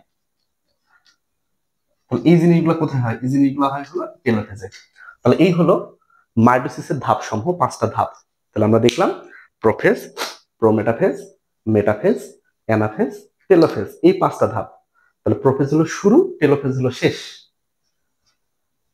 তাহলে এই ধাপগুলো গেল। আমরা এখন যে জিনিসটা দেখবো সেটার নাম হলো যে অনিয়ন্ত্রিত মাইটোসিস। অনিয়ন্ত্রিত মাইটোসিস আমরা এখানে দেখি, নিয়েছি দেখি যে অনিয়ন্ত্রিত মাইটোসিস কোনটা। অনিয়ন্ত্রিত মাইটোসিস, শোনো, অনিয়ন্ত্রিত মাইটোসিস কোনটা, আমরা প্রথমে বলেছিলাম কোষ বিভাজনে যে, বা অনিয়ন্ত্রিত কোষ বিভাজন, একটা থেকে কটা কোষ তৈরি হয়, দুটা, দুটা থেকে কটা হয়, চারটা, চারটা থেকে আমরা কটা পড়েছিলাম, এরকম পড়েছিলাম আমরা 8টা। দেখো এখানে একটা সিকোয়েন্স আছে, একটা থেকে দুটা, দুটা থেকে চারটা, চারটা থেকে 8টা। আচ্ছা, অনিয়ন্ত্রিত মাইটোসিস না দিয়ে হলো অনিয়ন্ত্রিত কোষ বিভাজন, ঠিক আছে, কোষ বিভাজন দিয়ে। দেখো তাহলে একটা থেকে দুটা, দুটা থেকে চারটা, চারটা থেকে 8টা, এটা একটা সিকোয়েন্স আছে। যদি ব্যাপারটা এমন দাঁড়াতো একটা থেকে দুটা না হয় হয়েছে ধরো 3টা, 3টা থেকে 6টা না হয় হয়েছে ধরো 3টা থেকে 4টা, 4টা থেকে 8টা না হয়ে হয়েছে ধরলাম 4টা থেকে 6টা। এখন কথা হলো এর পরে কটা সৃষ্টি হবে আমরা কিন্তু বলতে পারবো না, কারণ এদের মধ্যে কোনো সিকোয়েন্স নাই, ধারা নাই। তাহলে এই জিনিসটাকে আমরা বলছি হলো অনিয়ন্ত্রিত কোষ বিভাজন। তাহলে এটাকে আমরা কি বলেছি, অনিয়ন্ত্রিত, নিয়ন্ত্রিত কোষ বিভাজন, অনিয়ন্ত্রিত কোষ বিভাজন। আর এই অনিয়ন্ত্রিত কোষ বিভাজনের ফলে আমাদের যেটা সৃষ্টি হয়, সৃষ্টি হয় হলো টিউমার সৃষ্টি হয়, টিউমার সৃষ্টি হয় হলো ক্যান্সার। তাহলে কি সৃষ্টি হয় বলতো, টিউমার সৃষ্টি হয় এবং ক্যান্সার সৃষ্টি হয়। তোমাদের অনেকের মনে এখন কোশ্চেন আসতে পারে, ভাই কিভাবে সৃষ্টি হয়। শোনো ভাই, দেখো এই যে একটা কোষ থেকে দুটা, দুটা থেকে চারটা, চারটা থেকে 8টা, এই যে কোষটা তৈরি হলো বা কোষটা বিভাজিত হলো, এখানে কিন্তু কিছু ফ্যাক্টর বা প্রোটিন নাই, এরা কি করে, কোষ বিভাজনকে নিয়ন্ত্রণ করে।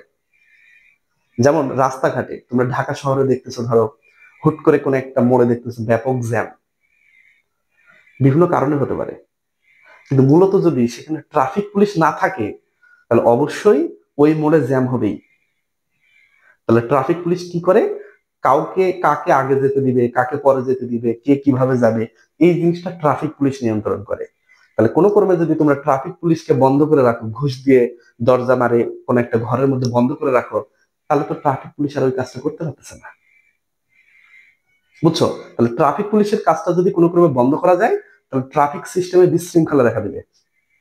সেম টাইপ, তাহলে এই যে কোষ বিভাজন যে প্রোটিন গুলা নিয়ন্ত্রণ করে বা যে ফ্যাক্টর গুলা নিয়ন্ত্রণ করে, ওই ফ্যাক্টরে যদি তোমরা বাধা সৃষ্টি করতে পারো তাহলে কিন্তু কোষটা বিভাজিত হবে না। যেমন হিউম্যান হিউম্যান প্যাপিলোমা ভাইরাস, এটা একটা ভাইরাস, হ্যাঁ, হিউম্যান প্যাপিলোমা ভাইরাস। এই ভাইরাসের দুটা জিন, একটা হলো E6 আর একটা ধরলাম E7, হ্যাঁ, এই দুটা জিন,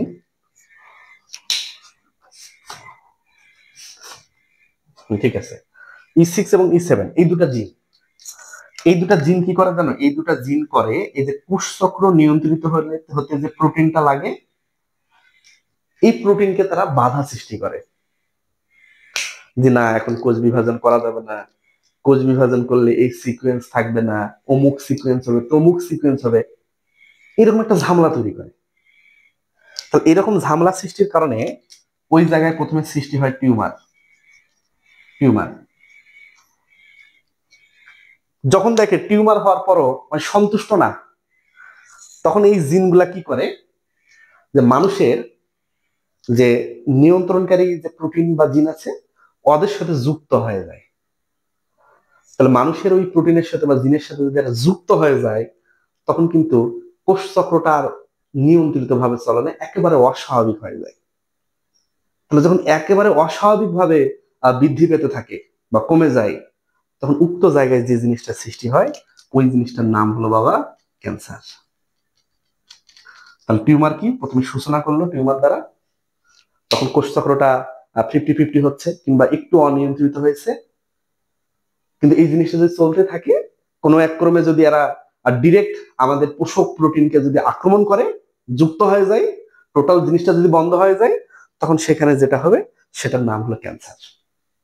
তাহলে আশা করতেছি যে অনিয়ন্ত্রিত কোষ বিভাজিত হলে আমাদের কি কি প্রবলেম হতে পারে এই জিনিসটা তোমরা দেখলা।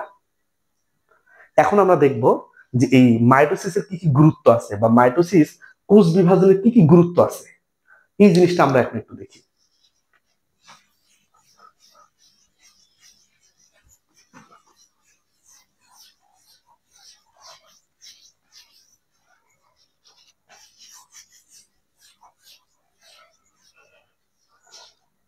তাহলে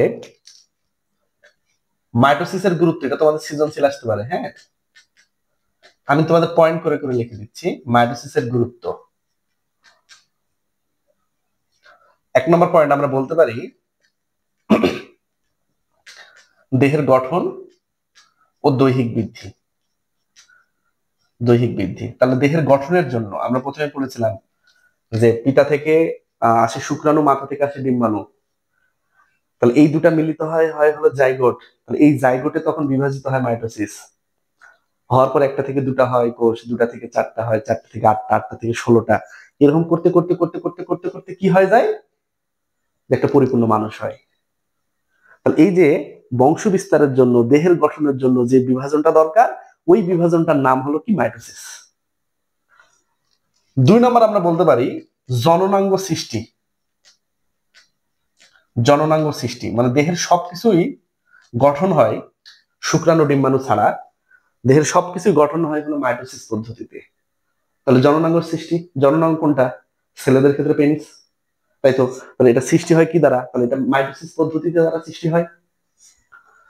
আর কি বলতে পারি আমরা, যেহেতু মাইটোসিসকে বলা হয় সমীকরণিক বিভাজন, তার মানে মাতৃকোষটা আর বাচ্চা কোষগুলা কি সমান। তার মানে আমরা বলতে পারি নির্দিষ্ট আকার আকৃতি রক্ষা করে, নির্দিষ্ট আকার আকৃতি রক্ষা করে।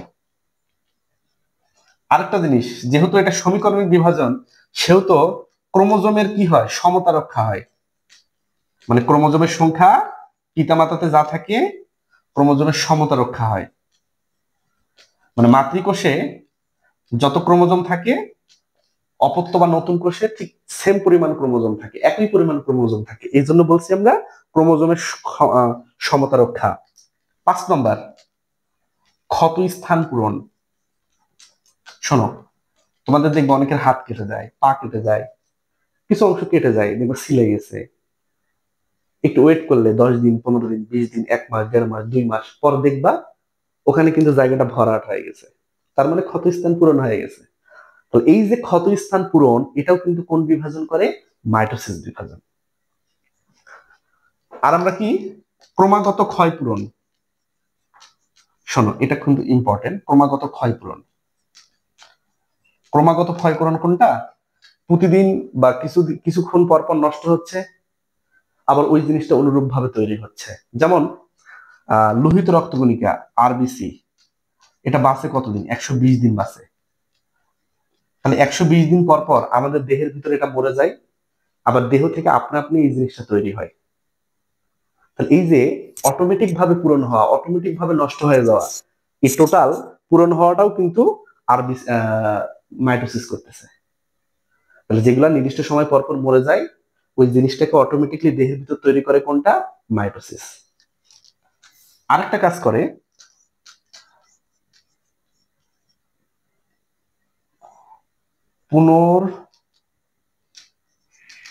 পুনরুৎপত্তি। পুনরুৎপত্তি পুনরুৎপত্তি মানে কি জানো? হাইডা নামে একটা প্রাণী আছে, হ্যাঁ, তোমরা বড় ক্লাসে পড়বা হাইডা। এই হাইডার ধরো কোন একটা অংশ নষ্ট হয়ে গেল, কিছুদিন পর, কিছুদিন না 48 ঘন্টা পর ওই অংশটা নতুন ভাবে আবার তৈরি হবে।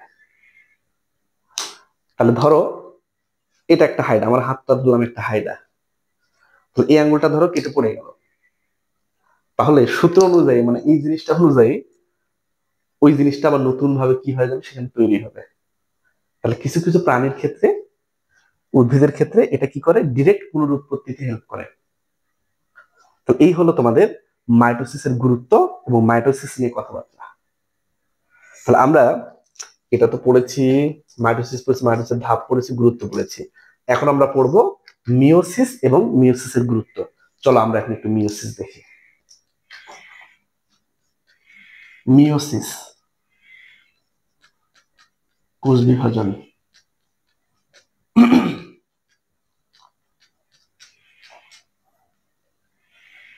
তাহলে আমরা এতক্ষণ দেখলাম মাইটোসিস, কোষ বিভাজন, মাইটোসিসের ডিটেলস পড়েছি। এখন আমরা জানবো হলো মিওসিস। দেখো সংজ্ঞাটা প্রথমে আমরা জানবো। যে বিভাজনে বা যে কোষ বিভাজনে নিউক্লিয়াস দুবার, নিউক্লিয়াস কয়বার? দুবার, এবং ক্রোমোসোম, ক্রোমোসোম একবার বিভক্ত হয়, বিভক্ত হয়, তাকে মিওসিস বিভাজন বলে। মিওসিস বিভাজন বলে। দেখো নিউক্লিয়াস কয়বার? নিউক্লিয়াস হলো দুবার। ক্রোমোজোম কয়বার? একবার। তাহলে নিউক্লিয়াস যদি দুইবার হয়, ক্রোমোজোম হলো কতবার? একবার। তার মানে নতুন কোষে ক্রোমোজোমের সংখ্যা অর্ধেক হ্রাস পায়। যেহেতু ক্রোমোজোমের সংখ্যা অর্ধেক হ্রাস পায়, সেহেতু এই বিভাজনকে বলা হয় হ্রাসমূলক বিভাজন। তাহলে হ্রাসমূলক বিভাজন কেন? কারণ নতুন কোষে ক্রোমোজোমের সংখ্যা অর্ধেক হ্রাস পায়। যেহেতু ক্রোমোজোমের সংখ্যা, ক্রোমোজোমের সংখ্যা সংখ্যা অর্ধেক হ্রাস পায়, অর্ধেক হ্রাস পায়, সেহেতু এ বিভাজনকে, এ বিভাজনকে হ্রাসমূলক বিভাজন বলে। কি বিভাজন বলছি আমরা? হ্রাসমূলক বিভাজন। তাহলে পরীক্ষায় যদি কোশ্চেন আসে, বলো তো বাবা, এটা 2 মার্কের জন্য আসবে, বলো তো বাবা মিওসিসকে কেন হ্রাসমূলক বিভাজন বলা হয়? তাহলে তখন তোমাদের যে কাজটা থাকবে, মিওসিসের আগে সংজ্ঞা লিখবা, যে মিওসিস হলো অমুক, ঠিক আছে? সংজ্ঞা লিখবা, তারপর লিখবা যে মিওসিসে যেহেতু ক্রোমোজোমের সংখ্যা অর্ধেক হ্রাস পায়, সেহেতু মিওসিসকে আমরা বলতে পারি হলো হ্রাসমূলক বিভাজন। আরেকটা কোশ্চেন এখান থেকে দরকার, তোমাদের সৃজনশীল আসতে পারে কোশ্চেন, দেখো এভাবে আসতে পারে যে জীবের ধারাবাহিকতা রক্ষায়, ধারাবাহিকতা রক্ষায়, রক্ষায় মিওসিস কিভাবে সহায়তা করে, বা মিওসিসের অবদান। এটা কিন্তু তোমাদের কোশ্চেন আসতে পারে 3 বা 4 মার্কের জন্য, মানে গ বা ঘতে। তাহলে এটার উত্তর কি হবে? ঠান্ডা মাথায় একটা কথা বলি, দেখো ধরো আমি প্রথমে বলেছি আমার নাম কাজল আর আমার ক্রাশ হলো আলিয়া ভাট, তাহলে বিয়ে হলো বাচ্চার নাম কি হবে? কালিয়া, তাই তো? দেখো তো কালিয়ার দেহে ক্রোমোজোম কটা আছে? তাহলে আমার ক্রোমোজোম কটা? 46। তাহলে আমি দিব এন সংখ্যক মানে 23টা। তোমাদের ভাবির ক্রোমোজোম 46, তাহলে তোমাদের ভাবি দিবে কটা? এন এন সংখ্যক মানে 23টা। তাহলে টোটাল ক্রোমোজোম কটা হলো? 46। দেখো পিতার ক্রোমোজোম এখানে অর্ধেক কমে গেল, মাতার ক্রোমোজোম এখানে অর্ধেক কমে গেল। তাহলে 23 23 কত? 46। তার মানে বাচ্চার দেহে অল টাইম ক্রোমোজোমের সংখ্যা সমান থাকবে, মানে ধ্রুব থাকবে। কিন্তু যদি এখানে মাইটোসিস হতো, যদি এখানে মাইটোসিস হতো তাহলে কি হতো? তাহলে মাইটোসিস আমরা কি জানি? পিতাতে যা থাকে তাই যাবে, মানে সমীকরণিক হওয়ার কারণে। তার মানে পিতাতে যদি 46টা ক্রোমোজোম থাকতো, মাতাতেও 46টা, তাহলে পিতা থেকে 46টা ক্রোমোজোমই যেত, মাতা থেকে কটা ক্রোমোজোম আসতো? 46টাই। তাহলে কত হতো? 92। দেখো তো ভাই, প্রজাতির বৈচিত্র্য কি ঠিক থাকতো? পিতার সাথে সন্তানের কি কোনো মিল পাতা? মাতার সাথে সন্তানের কি কোনো মিল পাতা? পাইতো না। কারণ মাইটোসিসে কি হয়? পিতার ক্রোমোজোম, সরি, মাইটোসিসে কি হয়? মায়ের ক্রোমোজোম আর নতুন কোষের ক্রোমোজোম সমান থাকে। তাহলে এখানে আর এখানকার ক্রোমোজোম যদি সমান থাকে, তাহলে 96 86 86 কত, সরি 46 46 কত হয়? 92টা। মানে ক্রোমোজোমের সংখ্যা ডাবল বেড়ে গেছে। তাহলে কোনো প্রকার বৈচিত্র্য ঠিক থাকবে না, বৈশিষ্ট্য ঠিক থাকবে না। তাহলে এটার উত্তর হলো জীবের ধারাবাহিকতা রক্ষায় মিয়োসিসের অবদান। তোমরা এইভাবে বলবা, প্রথমে মিয়োসিসের সংজ্ঞা লিখবা যে বিভাজনে নিউক্লিয়াস দুইবার, ক্রোমোজোম একবার বিভক্ত হয়, উক্ত বিভাজনটাকে আমরা বলছি হলো যে মিয়োসিস বিভাজন। জীবের ধারাবাহিকতা রক্ষায় মিয়োসিস গুরুত্বপূর্ণ ভূমিকা রাখে, কারণ ক্রোমোজোমের সংখ্যা অর্ধেক হ্রাস পায়। পিতা থেকে আসে 23টা ক্রোমোজোম, মাতা থেকে আসে 23টা ক্রোমোজোম। এতে করে বাচ্চার দেহে ক্রোমোজোম সৃষ্টি হয় 46টা, এবং বাচ্চার দেহে ক্রোমোজোম সংখ্যা ধ্রুব থাকে, পিতা মাতার সমান। এতে করে পিতা মাতার সাথে সন্তানের বৈশিষ্ট্যের আমরা মিল পাই। কিন্তু যদি এখানে মিয়োসিস না ঘটে, মাইটোসিস ঘটতো, তাহলে কি হতো? তাহলে পিতা থেকে আসতো 46টা ক্রোমোজোম সমান থাকার কারণে, মাতা থেকে আসতো 46টা ক্রোমোজোম, তাহলে নতুন কোষে ক্রোমোজোম সৃষ্টি হতো 92টা। এতে করে পিতা মাতার সাথে সন্তানের কোনো প্রকার আমরা মিল পেতাম না। তো এই কারণেই এই মাইটোসিস জীবের ধারাবাহিকতা রক্ষায় ভূমিকা রাখে না। তাহলে জীবের ধারাবাহিকতা রক্ষায় যে কোষ বিভাজনটা ভূমিকা রাখে সেটার নাম হলো মিয়োসিস কোষ বিভাজন। আশা করছি তোমরা এটা বুঝছো। ঠিক আছে, এটা হলো জীবের ধারাবাহিকতা রক্ষায় মিয়োসিসের অবদান। সুন্দর করে লিখবা। এখন আসো, এখন আমরা দেখব যে মিয়োসিসের ভাগ। তোমাদের বইয়ে খুব বেশি ভাগ ওইভাবে দেওয়া নাই, আমি তোমাদের একটু আলোচনা করি জাস্ট। মিয়োসিসের ভাগ শোনো, এই মিয়োসিসকে আমরা দুই ভাগে ভাগ করি। একটা হলো মিয়োসিস ওয়ান ওয়ান, আর একটা হলো মিয়োসিস টু। মিয়োসিস টু, এই মিয়োসিস ওয়ানকে আবার ভাগ করা যায় চার ভাগে। এটা বড় ক্লাসের পড়া, prophase one, metaphase one, anaphase one, telophase one. আবার প্রোফেজ ওয়ানকে ভাগ করা যায় পাঁচ ভাগে: leptotene, zygotene, pachytene, diplotene, diakinesis. এগুলো আপাতত তোমাদের পড়া না। মিয়োসিস ওয়ানে এখানে নিউক্লিয়াস দুইবার বিভক্ত হয়, ক্রোমোজোম হয় একবার। এই জন্য মিয়োসিস ওয়ানকে বলা হয় হ্রাসমূলক বিভাজন। হ্রাসমূলক, ঠিক আছে। তাহলে মিয়োসিস ওয়ানকে আমরা হ্রাসমূলক কি বলছি? কারণ ক্রোমোজোম অর্ধেক হ্রাস পাইছে। কিন্তু মিয়োসিস টুতে নিউক্লিয়াস বিভক্ত হয় একবার, ক্রোমোজোম হয় একবার। দেখো তো এটা অনেকটা কার মতো? এই জিনিসটা অনেকটা মাইটোসিসের মতো হয়েছে। কারণ মাইটোসিস আমরা পড়েছিলাম সংজ্ঞা বার করো খাতায়, পড়েছিলাম যে যেখানে নিউক্লিয়াস এবং ক্রোমোজোম উভয় একবার বিভক্ত হয়, উক্ত বিভাজনটাকে আমরা বলছি হলো, কি বলেছিলাম আমরা? বলেছিলাম আমরা মাইটোসিস। মাইটোসিস আর মাইটোসিস কি ছিলাম? সমীকরণিক। কিন্তু এখানে দেখো মিয়োসিস টুতেও সেম টাইপ দেখা যায়, নিউক্লিয়াসে একবার, ক্রোমোজোমে একবার। এই কারণে এই মিয়োসিস টুকেও বলা হয় সমীকরণিক বিভাজন। সমীকরণিক বিভাজন। তাহলে তোমাদের পরীক্ষায় কোশ্চেন আসতে পারে যে সমীকরণিক বিভাজন কোনটা? তাহলে আমরা সমীকরণিক বিভাজন বলতে মাইটোসিসকে বুঝবো। কিন্তু যদি ওখানে স্পেশাল ভাবে দেওয়া থাকে মিয়োসিস টু, তাহলে মাইটোসিসের পাশাপাশি উত্তর কিন্তু মিয়োসিস টু হবে। এখন আমাদের এই অধ্যায়ের লাস্ট টপিক, সেটা হলো মিওসিসের গুরুত্ব, কি কি গুরুত্ব আছে, মিওসিসের কি কি গুরুত্ব আছে। হ্যাঁ, তাহলে প্রথমে আমরা বলতে পারি জনন কোষ সৃষ্টি। জনন কোষ সৃষ্টি মানে কি বলতো? মানে হলো শুক্রাণু ডিম্বাণু সৃষ্টি। শুক্রাণু ডিম্বাণু সৃষ্টি, এটাকে বলছি আমরা জনন কোষের সৃষ্টি। 2 নম্বর, ক্রোমোজোমের সংখ্যা ধ্রুব রাখা। ক্রোমোজোমের সংখ্যা ধ্রুব, ধ্রুব মানে কি অল টাইম একই। যেমন পিতাতে কটা থাকে 46টা, মাতাতে কটা 46টা, বাচ্চার দেহ কটা থাকবে 46টাই। তাহলে এটা হলো ধ্রুব রাখা। আর কি তৈরি করতে পারি? বৈচিত্র্য তৈরি হতে পারে, বৈচিত্র্য সৃষ্টি বা বৈচিত্র্য তৈরি। কেমন বৈচিত্র্য? মানে কি ভিন্নতা। ধরো আমার দেহের কথাই বলি, আমার দেহে পিতা থেকে অর্ধেক ক্রোমোজোম আসছে, মাতা থেকে অর্ধেক ক্রোমোজোম আসছে। মানে আমি পিতার কিছু বৈশিষ্ট্য পাইছি, আমি মাতার কিছু বৈশিষ্ট্য পাইছি। তো আমার মাঝে পিতা মাতা উভয়ের বৈশিষ্ট্য আছে। তাহলে আমি কিন্তু বৈচিত্র্য, আমি কিন্তু ভিন্নতা তৈরি করছি। তো আমার যে কালিয়া তৈরি হলো, এই কালিয়া আমারও কিছু বৈশিষ্ট্য পাইছে, তোমাদের ভাবি আলিয়ারও কিছু বৈশিষ্ট্য পাইছে। তাহলে বৈচিত্র্য তৈরি হয়েছে। হ্যাঁ, আরেকটা বলতে পারি আমরা মেন্ডেলের সূত্র ব্যাখ্যা। তোমাদের এটা আছে পরের অধ্যায়ে, মেন্ডেলের সূত্র ব্যাখ্যা। এই মেন্ডেলের দুটো সূত্র আছে, এই সূত্র ব্যাখ্যা করতে গেলে তোমাদের এই মিওসিস কোষ বিভাজন লাগবে। তাহলে এই হলো তোমাদের এই অধ্যায়ের পড়া।